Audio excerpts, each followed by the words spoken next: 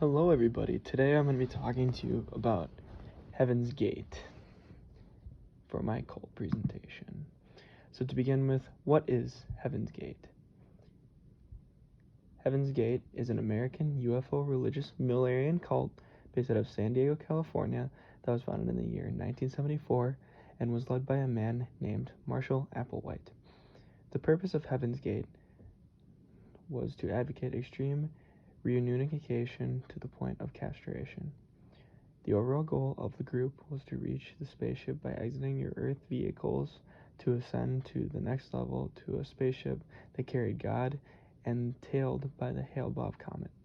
The cult was not advertised as a doomsday group, but advertised as a way out to survive when that day arises. According to their scripture, in order to survive, one must get to the level above humans. Members of the cult, moving on here to beliefs and practices,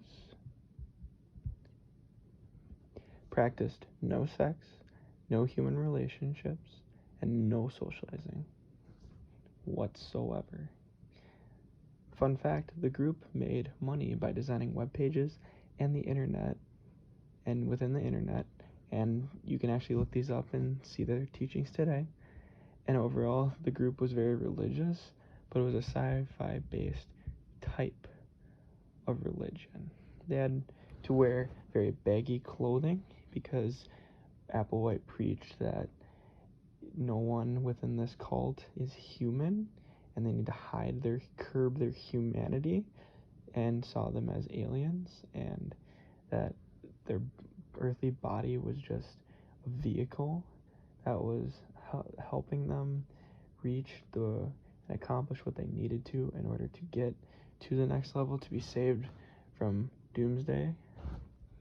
And moving on from beliefs and practices and an overall summary of what Heaven's Gate is, we really need to know about the main man himself, Marshall Applewhite. So Marshall Applewhite was born on May 17th, 1931. Marshall Applewhite who was nicknamed Herf for his sense of humor and musical abilities. Throughout his childhood, Applewhite was able to charm and amuse people with his humor and beautiful singing voice. Through school, Applewhite was known as a chronic overachiever, for he was the president of everything, according to his sister. One of his God-given talents was his ability to suck people in and convince anyone he was the right man for the job. His father was a Presbyterian minister, and his family moved around a lot.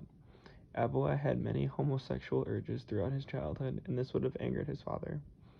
Herf came from a very religious household, and they believed that sex was for procreation and not pleasure. Marshall Applewhite's homosexual urges were found out, and his family sent him to a special hospital to cure his urges to become straight once again. He suffered from anxiety attacks and heart palpitations, but no one knows for sure. Before his cult leader status, he lived a pretty normal life. He graduated from Austin College in 1952, got married to Bonnie Lou Nettles, who would end up changing his life and take him beyond reality, and even served 2 years in the Army Single Corps. After his resign, he also became an assistant professor at the University of Alabama, where he served as a choir minister for some groups there. When he was done in Alabama, he moved back to Houston, Texas, to become the head of the music department of the University of Houston. Now, moving on, let's talk into them actually building the cult. So from there, Bonnie Lou Nettles, who was a nurse with strong knowledge of the Bible, as well as an interest in more unusual spiritual matters, that would be a large contributing factor to Applewhite's turn to the religion. The two of them will later decide that they were in fact the two mentioned in the book of Revelation, that they were the two that God sent on a spiritual mission. The two, or Applewhite and Nettles, believed that their higher calling allowed them to ignore earthly laws, and which found them in a whirlwind of crimes within the next few years. The pair was first arrested for a credit card fraud in 1974. However, those charges were eventually dropped, but Applewhite had another crime filed against him, which was the theft of a rental car. Applewhite was sentenced to 6 months in prison. During his time in prison, he began trying to refine and truly understand the beliefs that he shared with Nettles. Marshall and Bonnie thought that they had come from what they described as a level above human, a physical and literal version of heaven in outer space, and were sent to help others reach this next level or their paradise. To both of them, the human body was just a vehicle, and that to ascend from this world, people must separate from all that was human in themselves, including their earthly needs and desires. They believed that a UFO would soon take them to the next level after completing their mission. Moving on from there, so after their release from prison, they decided to share their new knowledge with the world. Applewhite would do most of the talking and eventually become the cult leader.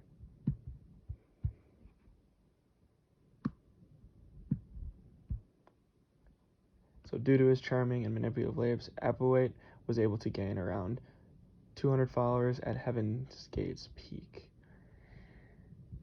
And he also was able to gain many members and made many promises by using his manipulative, charming, and amusing ways.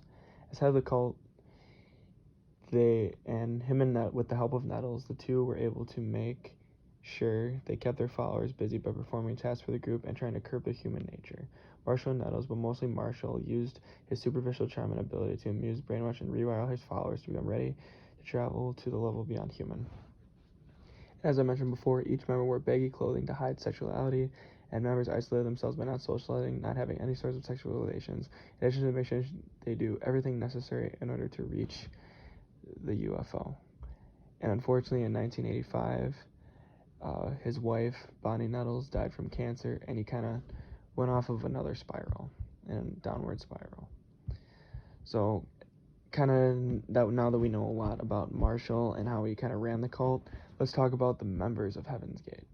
So, members of Heaven's Gate had a very low self-esteem. They did not really feel good about themselves, and they didn't really have anything, and didn't really feel like they belonged anywhere, and they were in search of belonging. They were in search of absolute answers to life's questions. They turned to follow Marshall Applewhite because he had a plan for them, had a plan of how to live their life effectively, what they needed to eat, what they needed to do with themselves, and make sure they take all the steps necessary in order to reach the next level so that they can save themselves from the doomsday that is to come eventually, as it states in their scripture, but also looking at more like biblical and Christian terms, the book of Revelation, where Jesus is going to come down from heaven and save those with an army of angels to bring them back up to heaven to be saved, and he's going to ask them, are you ready to be saved? And that's essentially what this is, but more of a sci-fi version in Applewhite's point of view. The members of Heaven's Gate were mind controlled. They were completely rewired to an alien-like state and not what they were previously before they joined the cult. So now moving on to the number 39. Why is 39 so significant? 39 is significant because that is the number of people that were found dead, covered with purple blankets and bags over their heads at the Heaven's Gate Mansion in Santa Fe, Texas. In 1997, the members of the cult, including the leader, Marshall Applewhite, committed a mass suicide at the Heaven's Gate Mansion in Santa Fe, Texas. According to the police report, 39 people were found dead, covered with purple blankets and bags over their heads. Not all the people died at the same time, so you could imagine how horrible and scary that must have been for those. And the cause of death was from taking harmful poisons with alcohol. At this time, Applewhite had said that it was, but in his final lecture or teaching, if you will, that it was their time to go. He felt it was necessary, although after Bonnie died, he kind of floundered a little bit and kind of became completely different and a little bit more narcissistical and